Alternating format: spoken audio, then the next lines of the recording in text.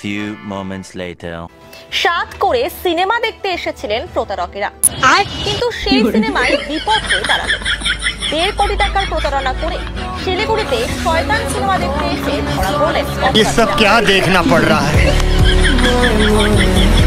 अरे बड़े खतरनाक लोग हैं।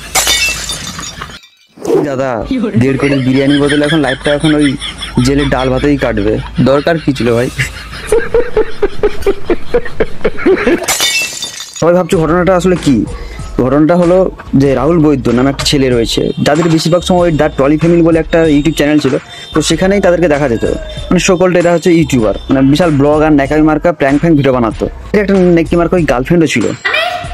তুমি ব্লু ফিল্ম মানে জানো? তো এদের নিয়ে বেশিরভাগ ভিডিওগুলো দেখতাম, ইভেন আগে এদেরকে নিয়ে রোস্টও করেছিলাম। তো হঠাৎ করে কালকে দেখি ভাই কল সেন্টারের নাম করে ফরেনার মানে বাইরের দেশের মেয়ের কাছ থেকে 1.5 কোটি টাকা ভাই মানে স্ক্যাম করেছে ভাই। স্ক্যাম করে সিনেমা দেখতে গিয়ে পুলিশের কাছে ধরা পড়েছে। কি লেভেলের ভাই! যদিও এখন আর এদেরকে ইউটিউবার না, এদেরকে বলা হয় মানে এদেরকে এখন বলবো চোর।